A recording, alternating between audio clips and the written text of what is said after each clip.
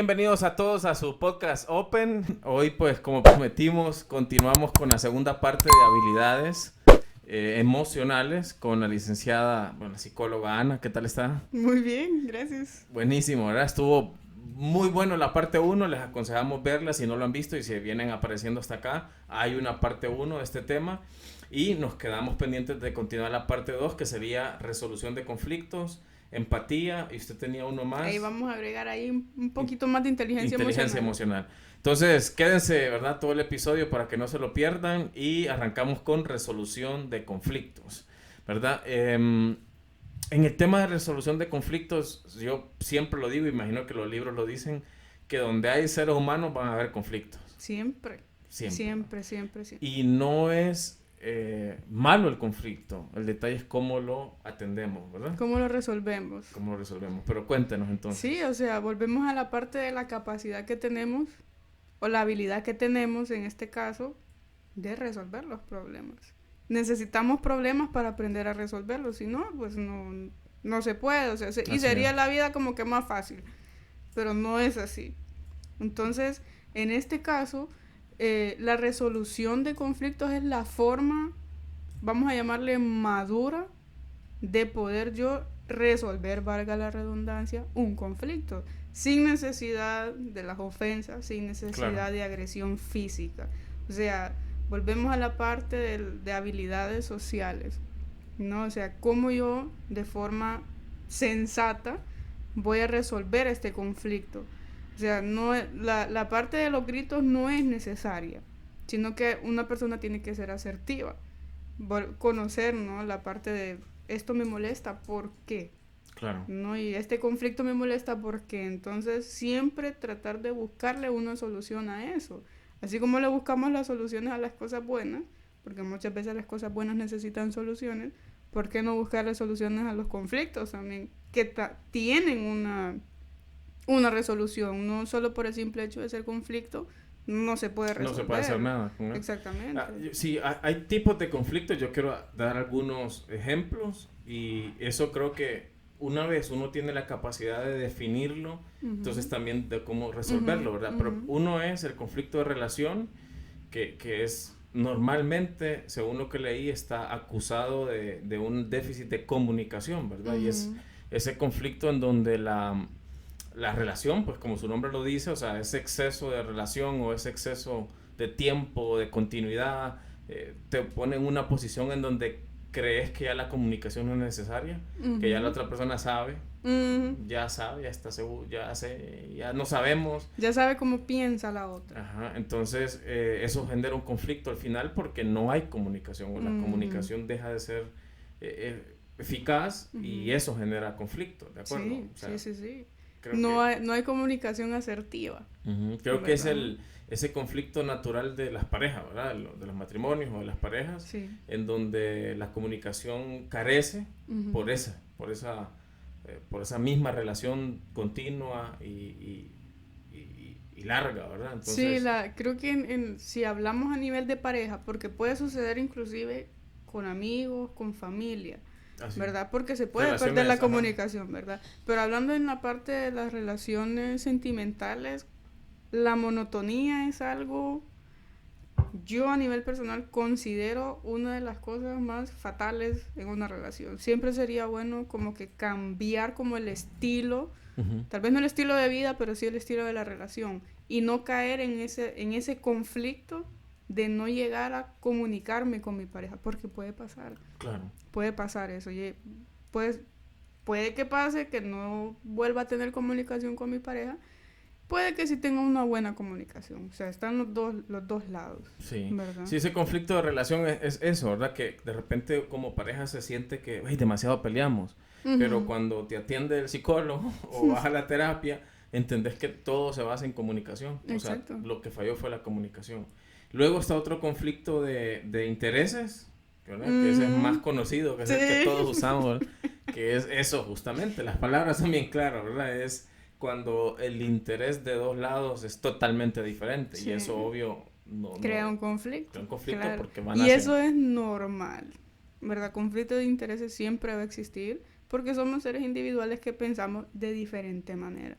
Ahora, tratar de venir y comunicarme y decir, ok, yo pienso de esta forma, vos pensás de esta. No pensamos iguales, pero tratemos de sacar una idea, ¿verdad? De lo que queremos hacer o lo que queremos decir, Sí. ¿no? Para entenderla de una mejor manera.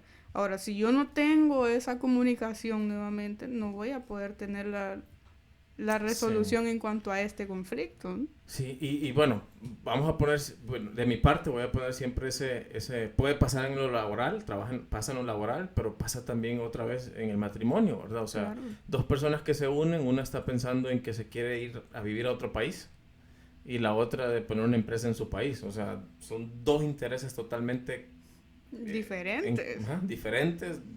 Eso va a generar un conflicto, por Sí. eso esas cosas se tienen que hablar antes, ¿verdad? Sí, sí, sí. Y pues si lo querés resolver sería una decisión al medio o uno de los dos tiene que ceder. Exacto. Es la parte de la adaptación.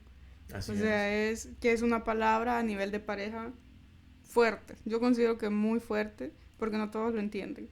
No todos entienden esa palabra, Claro. ¿verdad? ¿Adaptarme a qué? ¿Por qué?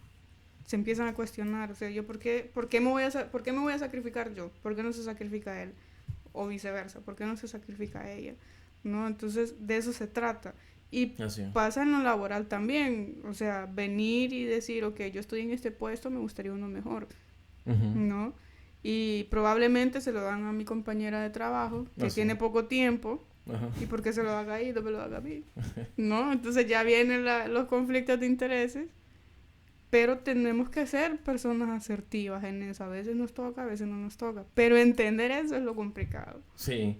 Luego está el conflicto de valores. Yo creo que ese está como bien actual, ¿verdad? Porque sobre todo en este momento en donde o sea, ese tema de las T, la letra T del alfabeto lésbico, o sea, pues son los bueno, no puedo decir eso en las redes, nos van a bloquear el canal. Pero ese tema, ¿verdad? Ahorita es un tema de valores porque para algunas personas eso es una cuestión que no entra en sus cabezas y para otras personas es natural, o sea, así es el ser humano.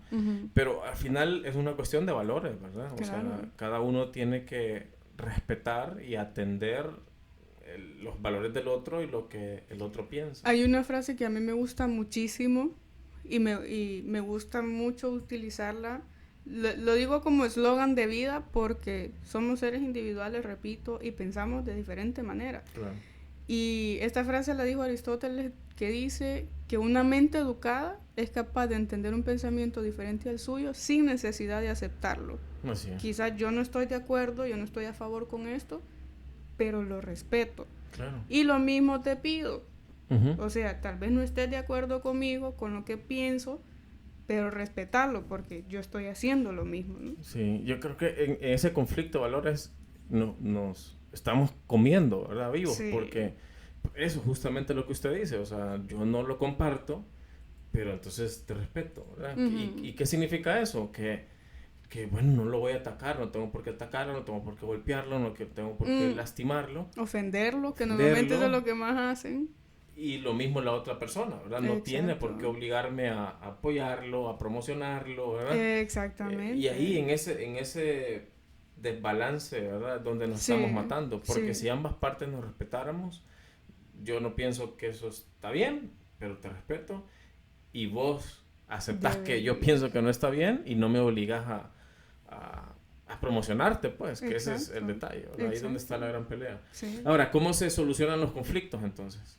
Tengo el número 1 para que nos hable de él, que es evitar. ¿Qué piensa usted de evitar para eso? Se puede y no se puede. Ajá. No, porque yo tomo la decisión no, ¿verdad? O sea, si realmente es necesario el conflicto o no es necesario, ¿verdad? Claro. Pero es inevitable. Los conflictos son inevitables. Por alguna u otra razón siempre van a surgir. Tal vez no por mí o por usted, sino que por un tercero.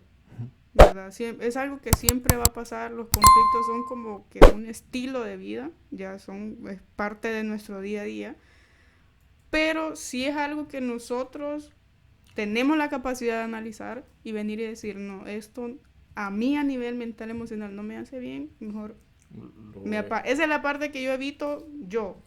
Ya, si el conflicto ahora, se desarrolla, ya es otra cosa. Ajá. Pero que a mí no me afecte ni a mí me perjudique, ya pues. Usted evita claro, que ahí se estamos. genere. Exacto. Ahora, si es que el conflicto ya se generó, evitarlo y hacer... Es que hay dos vertientes, ¿va? Tiene toda la razón. Uno es evitar que exista un conflicto, eso está muy bien, pero una vez ejecutado el conflicto, evitarlo en el sentido de hacerte loco como que nada está pasando, no es una solución, ¿verdad? No. O sea, y es la verdad, no. De repente, si hay un conflicto, existe, te está explotando en la cara, pero querés pretender y hacerte loco como que nada existe, ¿no? Y ese es como un error, ¿verdad? Ahí vamos a la parte también de la resolución. Ok, tal vez a mí no me afectó directamente, pero como dice usted, me está explotando en la cara. Ok, venir y decir, analicemos la situación. No me está afectando, no hay ningún... O sea, yo ya evité que eso pasara, a pesar de que el conflicto ya está, pero tratemos de buscar una solución. Busquemos qué está pasando. Normalmente, la resolución o la solución al conflicto está dentro del mismo conflicto, pero la gente no lo ve. La gente siempre va a ver el conflicto, porque me está perjudicando, porque me está tocando mis intereses, porque me está tocando mis valores, no me están respetando eso, pero no se centran en la resolución, que es lo más importante. El conflicto no es lo importante, sino cómo lo resolvemos. Cómo lo vamos a resolver, y muy poca gente se hace esa pregunta. Ya está el conflicto, pero siguen generándole más y más y aumentándole más en vez de venir y decir, ¿cómo lo vamos a resolver? Sí. Eso debería ser lo principal. Si es que la mente se desliza en el culpable, ¿verdad? O sea, definamos primero quién es el culpable. Nos encanta, o sea. Yo digo que una vez que se define el culpable y siempre cuando yo no sea el culpable, ya avanzamos. Sí. Y luego es entonces, ¿verdad? Queremos que eso sea el proceso y la verdad es que no, la verdad es que no deberíamos distraernos en eso, como usted dice, en eso. Lo tomamos al revés, realmente que lo tomamos al revés. Y luego... Sí, y si quieren buscarle el culpable, búsquenlo, pero busquémosle una solución primero y ya después... otra manera, o sea, otra técnica de resolución sería el compromiso, que es establecer, ¿verdad? Dice aquí la definición, establecer, o sea, acuerdo mutuo, en donde cada parte se compromete a hacer algo, a dejar de hacer algo, ¿verdad? Esa es una manera de resolver. Vamos a la parte de la comunicación. Si yo no tengo comunicación, no puedo resolver el conflicto. No hay manera. Si viene, como dice usted, vengo y me hago el loco, ¿cómo voy a resolver eso así? ¿Cómo voy a resolver eso alejándome? No puedo. O sea, el conflicto va a existir, se vaya donde se vaya. Hable el idioma que hable, el conflicto, si no se habla, siempre va a estar. Y siempre va a ser tema de conversación mientras no se resuelva. Claro. Siempre. Ahora, la mejor técnica de resolución sería entonces la mediación, ¿o no? Sí, puede ser. Es que sería bueno, yo siempre digo esto, la gente tiene que aprender a resolver los problemas por su cuenta. O sea, el tener un mediador tendría que ser como que la última opción para una resolución de conflictos. Ya sea dentro del trabajo, relaciones de pareja, etcétera. O sea, yo tengo que ver cómo, o sea, o como pareja o como familia, tenemos que ver cómo resolvemos este conflicto porque es nuestro. O sea, el conflicto primero fue nuestro. Así es.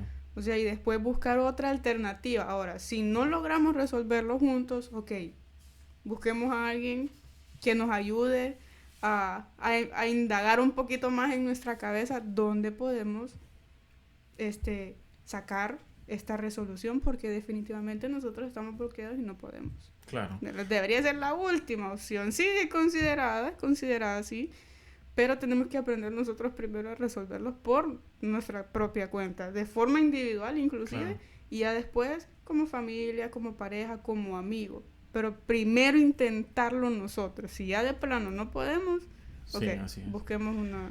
Sí, una bueno, solo recalcando este tema de los conflictos, o sea, repito, para mí son hasta necesarios, ¿verdad? Porque en un lugar donde todos piensan igual, nadie está pensando, ¿de acuerdo? Entonces siempre van a haber pensamientos encontrados, siempre van a haber sea, el conflicto no es el problema, el conflicto en realidad, el debate, no, hace, ¿verdad? Una hipótesis y una contra hace que surjan nuevas soluciones, nuevas ideas, nuevos conceptos. O sea, ahí no está el problema, como bien lo decía usted, sino en cómo lo atendemos, ¿verdad? Y ahí es donde nacen esas soluciones que acabamos de hablar, pero creo que todas aterrizan en comunicarnos, aprender a comunicarnos, ¿de acuerdo? O sea, ¿cuánto no nos ahorraríamos si nosotros dijéramos lo que sentimos o lo que pensamos? Pero para poder decir lo que sentimos, tenemos que conocer nuestras emociones, de lo contrario no se puede.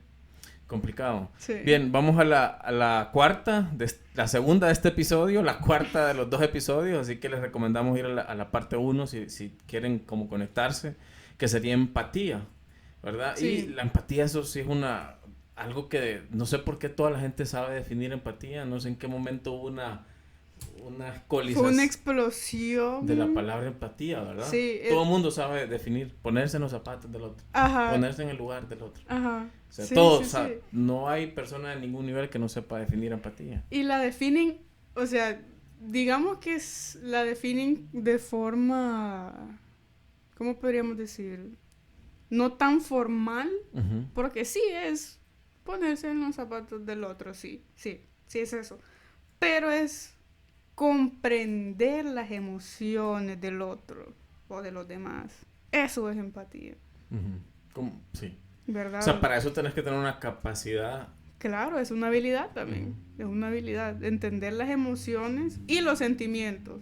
Porque de la emoción viene lo que yo siento, ¿no? Claro. Entonces, eso es empatía. Sí, es que tenés que ponerte en los zapatos del otro, pero sí sabes qué es esa emoción, o sea, ¿ya la has experimentado? No, y entonces ¿cómo te vas a poner? ¿No? Entonces la gente utiliza mucho, y otra que está bien explotada es responsabilidad afectiva.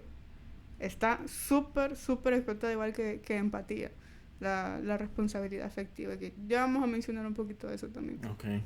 Que todo va ligado, o sea, todo va ligado a inteligencia emocional, resolución de conflictos, porque ¿qué es lo que conecta todo esto? Las emociones. Claro. Comprender las emociones, comprender los sentimientos, comprender por qué me siento así. Y así yo puedo comprender a esta persona de por qué se siente así. Claro. No pase lo mismo, pero trato de entender esa emoción o ese sentimiento, ¿no? Sí, ahora, hay la empatía, a pesar de que todo el mundo la define, así como el sentido común, ¿verdad? Termina no siendo tan común. La empatía, a pesar de que todo el mundo la define, muy poca gente la practica. ¿De acuerdo? O sea, se volvió ya un cliché nada más de que todo el mundo conoce. Incluso me gusta porque, está la empatía ficticia, por ejemplo, la de los políticos, ¿verdad? O sea, a mí me da asco escuchar a un político hablar. Es que me da asco, de verdad. Y ojalá que usted no tenga familia política. Pero me da asco porque hablan como que ellos lo que usted decía. ¿Cómo podés hablar de eso vos si nunca lo has sentido? Y ellos hablan de los pobres y definen a los pobres y dan estadísticas de los pobres y dicen que lo que este país necesita es que educación y no sé qué porque tiene hambre. Y lo dicen como que ellos, primero como que les importara y segundo como que de verdad saben de eso y no saben de eso. No, o sea, ni yo me atrevería a decir que sé lo que siente una persona que hoy está sin casa. O sea, una persona que le toca hacerse la casa de cartón y techo de lo que encuentre, de un plástico, gente que vive alrededor de un basurero.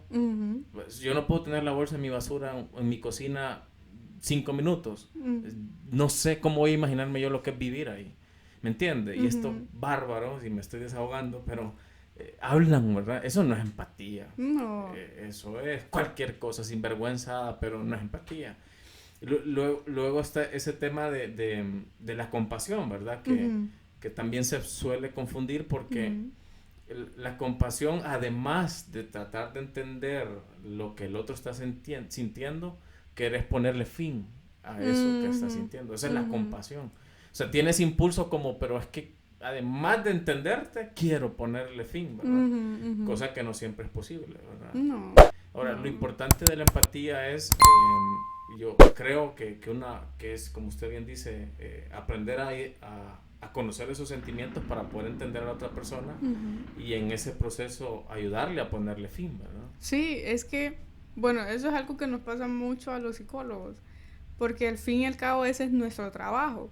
O sea, la empatía técnicamente es una herramienta para nosotros, Así es. ¿verdad? O sea, conocer las emociones, conocer los sentimientos. O sea, el psicólogo tiene que estar en constante lectura, ¿verdad? En cuanto a la salud mental, porque siempre sale algo nuevo. Claro. Y la parte de entender, porque es muy difícil entender a las personas, muy difícil a nivel de comportamiento, a nivel de pensamiento, a nivel de emociones, a nivel de sentimientos, muy, muy complicado. Sí. Y es más complicado cuando todavía no conocen esas emociones, cuando no las han identificado. Y si tienen el sentimiento, pero no saben por qué, más difícil todavía. Entonces, nosotros, como decimos, por ley tenemos que ser empáticos. Sí. Nos toca aprender a ser empáticos. Sí. Pero para poder ser empáticos, tenemos que conocer nuestras propias emociones primero. Sí. Tenemos que conocer nuestros sentimientos, aunque no sean los mismos de la otra persona, pero tenemos que conocerlos, porque las emociones y los sentimientos son los mismos. No cambian, ¿verdad? Lo que cambia es la intensidad en la que yo la siento, en la que usted la siente, en la que la siente mi amiga, mi papá, mi mamá. Eso es lo diferente. Claro. La forma en la que yo la siento, pero la emoción es la misma. Entonces, venir y crear una empatía hipócrita, vamos a decir, o sea, no. O sea, la empatía no es para definirla, la empatía es para aplicarla, ¿verdad? Exactamente. O sea, para hacer algo con eso. Si vos identificás, como usted dice, que esa persona tiene con esta emoción específica tiene algo, o lo que ella está viviendo es esto, es para que acciones y la acompañes a superarlo, o por lo menos tengas paciencia o tengas tolerancia, ¿verdad? Exactamente. Sí. Ahora, ¿cómo fomentar la empatía? Tengo aquí yo, uno es desarrollar la escucha activa. Sí. ¿Qué sería la escucha activa? Otra herramienta que necesitamos como psicólogos es eso. La escucha activa es aprender a escuchar, ¿verdad? No es lo mismo oír que escuchar.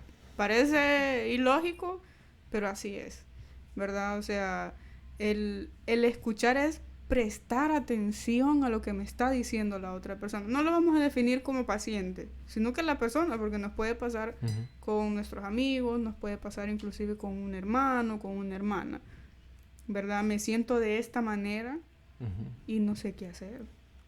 Y ahí es donde viene la parte que le dicen el desahogo, ¿verdad? Me empezó a pasar por esto y esto y esto. ¿Y qué es lo que pasa? Por ejemplo, a nosotros como psicólogos, eso es importante, la parte de la escucha activa, porque si bien es cierto, nosotros anotamos lo que nos dicen, pero muchas veces lo dicen muy rápido, claro, y tal vez se nos escapa algo. Uno tiene que prestar mucha atención a lo que la otra persona nos está diciendo. O sea, esto me pasó en tal tiempo, con tal persona, y sentí esto. Eso es importante. Entonces, toda la información que me dice es importante, pero siempre va a haber algo que me interesa más saber para darle yo esa herramienta y resolver ese conflicto. Claro. ¿Verdad? O sea, incluso la escucha activa se debería definir como también escuchar con los ojos, ¿verdad? O sea, exactamente. Claro, sí, te escucho, pero también te veo. Exacto. ¿Verdad? La otra es vivir sin prejuicios. Eso también fomenta la empatía, ¿verdad? O sea, entender y aceptar que todos somos diferentes. Sí, que nos cuesta mucho también. Y volvemos a la parte de que no todos entienden o tratan de entender cómo pensamos.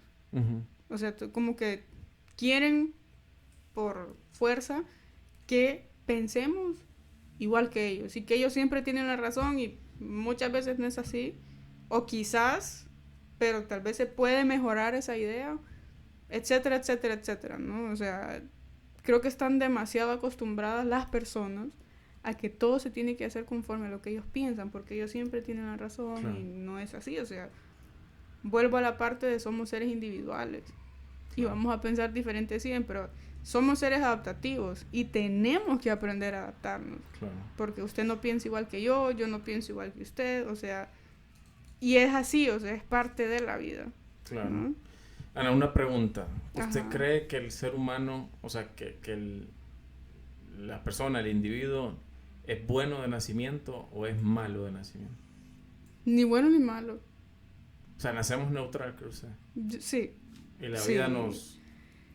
Sí. O sea, la parte de dónde nazco es muy, muy importante. De dónde nací o de dónde me estoy formando. ¿Es un pensamiento que tiene usted o es algo que en psicología se los... No, a nivel... Porque filosóficamente hay una definición sobre eso, ¿no? Ajá.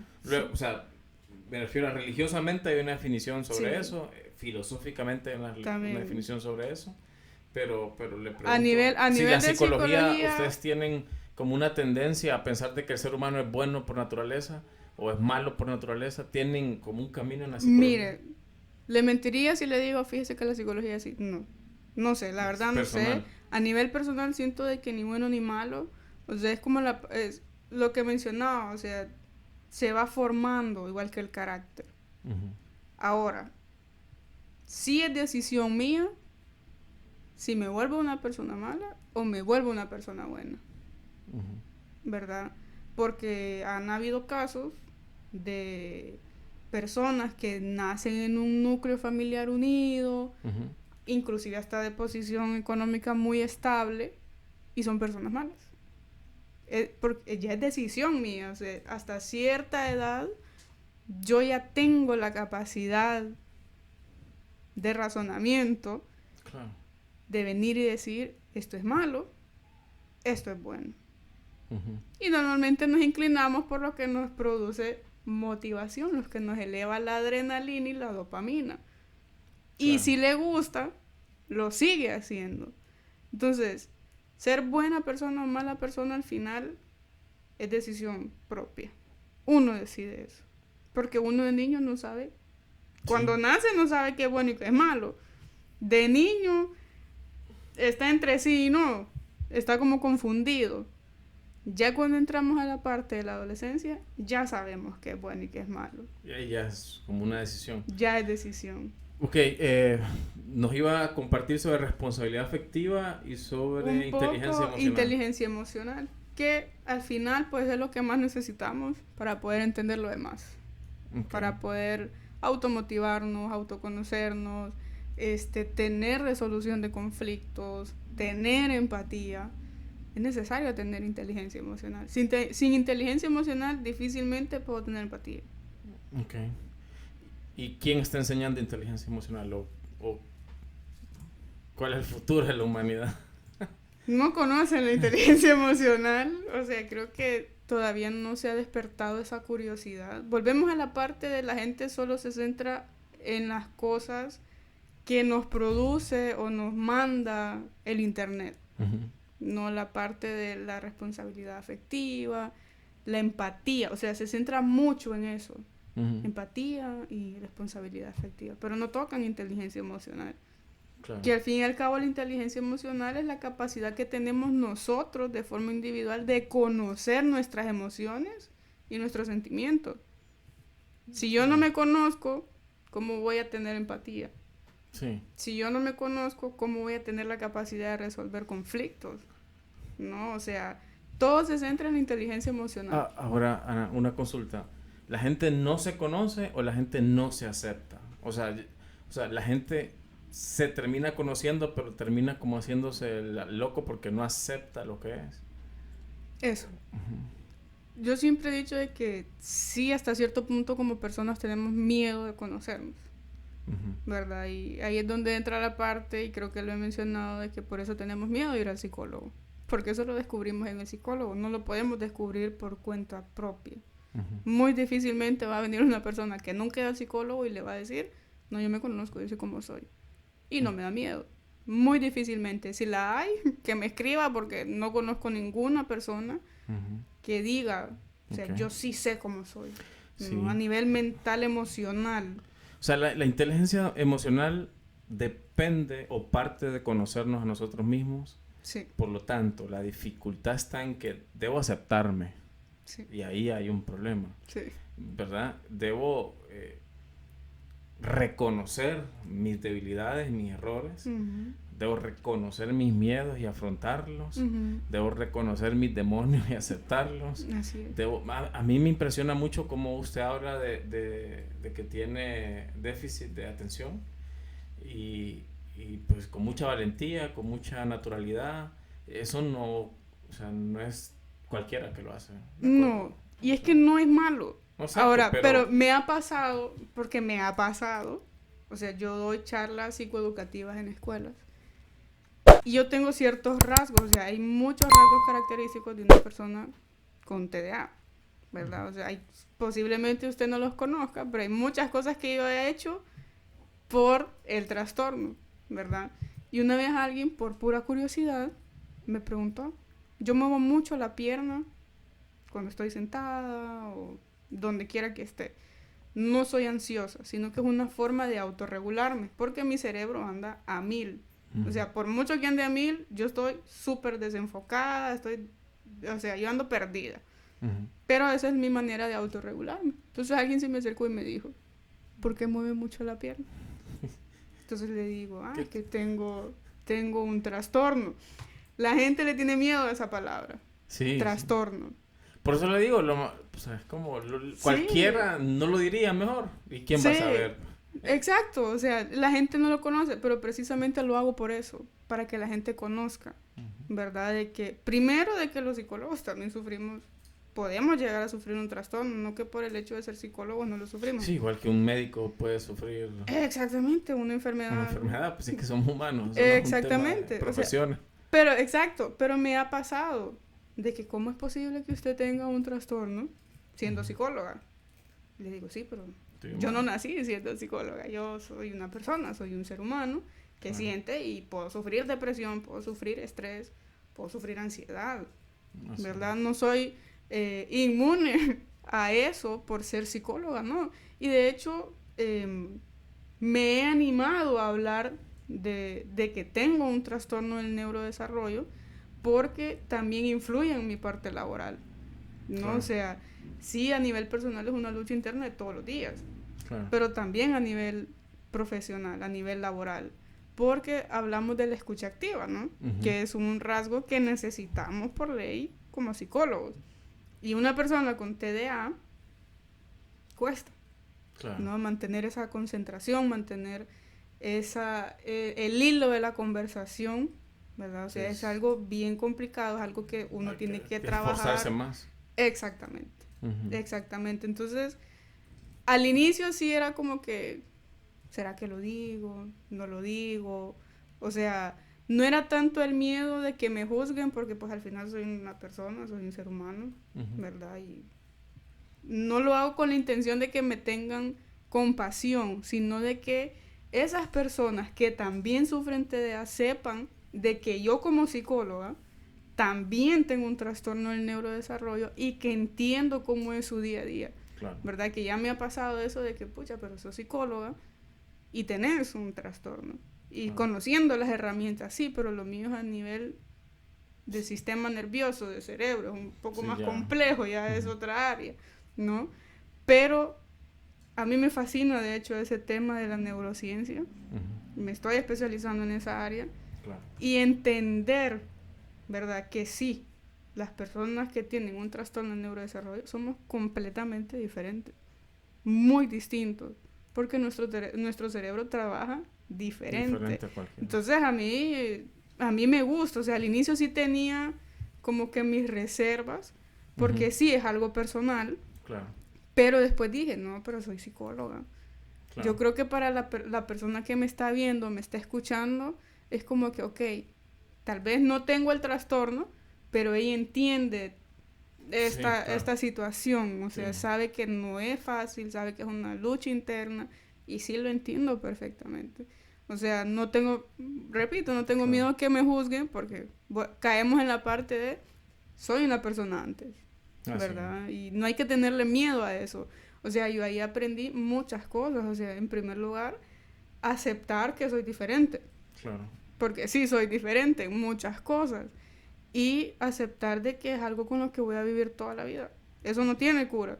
Los trastornos no tienen cura. Entonces, a uno le enseñan a vivir con eso. Y creo que eso es a lo que más miedo le tenemos. Así es. Venir y descubrir con qué tengo que vivir toda la vida. O qué tengo que atender. Exactamente.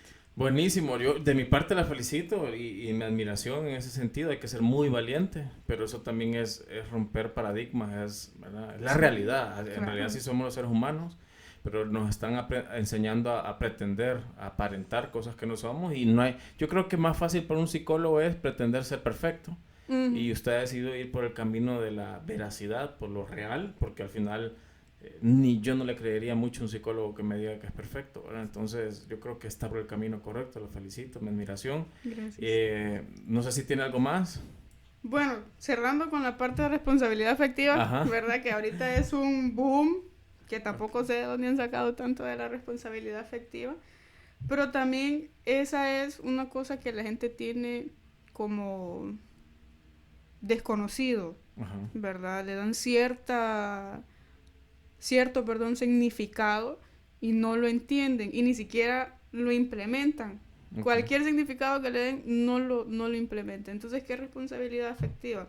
Siempre la parte a nivel emocional es reconocer y asumir pues nuestros actos individuales que causan a nivel emocional en la otra persona. O sea, esa demostración de cariño, por ejemplo, ¿verdad? Hacia otros, tiene un efecto, ¿verdad? Tiene un efecto. Si hablamos de la parte sentimental, yo estoy conociendo a una persona, esto va a tener un efecto en esa persona, pero de la nada me desaparezco. Y ni siquiera le dije por qué, ni para qué, sino que simplemente desaparecí. Eso es no tener responsabilidad afectiva. Tener responsabilidad afectiva es, ok, he hecho todo esto, pero realmente no tengo la capacidad para sostenerlo. Realmente lo hice porque me sentía solo o sola. O sea, quería pasar el tiempo. Algo, o sea, quería ver, tenía un conflicto sin resolver y quería ver si lo resolvía con vos, pero no funcionó. O sea, venir y decir, te pido una disculpa por eso, es responsabilidad afectiva. Buenísimo. Sería bueno hablar más de eso. Sí. Bueno, le agradezco. Muchísimas gracias por estar acá. Esperamos tenerla pronto nuevamente. Vamos a definir ahí unos temitas. Listo. Pero no sé si se quiere despedir de la gente. No, pues decirle a todos y a todas que no tengan miedo de conocerse. Bien. Que no tengan miedo de indagar en esas emociones, porque si no nos conocemos, difícilmente vamos a poder desarrollar habilidades sociales, ¿verdad? Que al final, pues, eso es algo que nos va a acompañar toda la vida. Así es. O sea, siempre vamos a tener que, como decimos, lidiar con la gente, porque uno lidia con la gente, porque somos diferentes todos, pero así como somos de diferentes, tenemos la capacidad de poder entender por qué son así.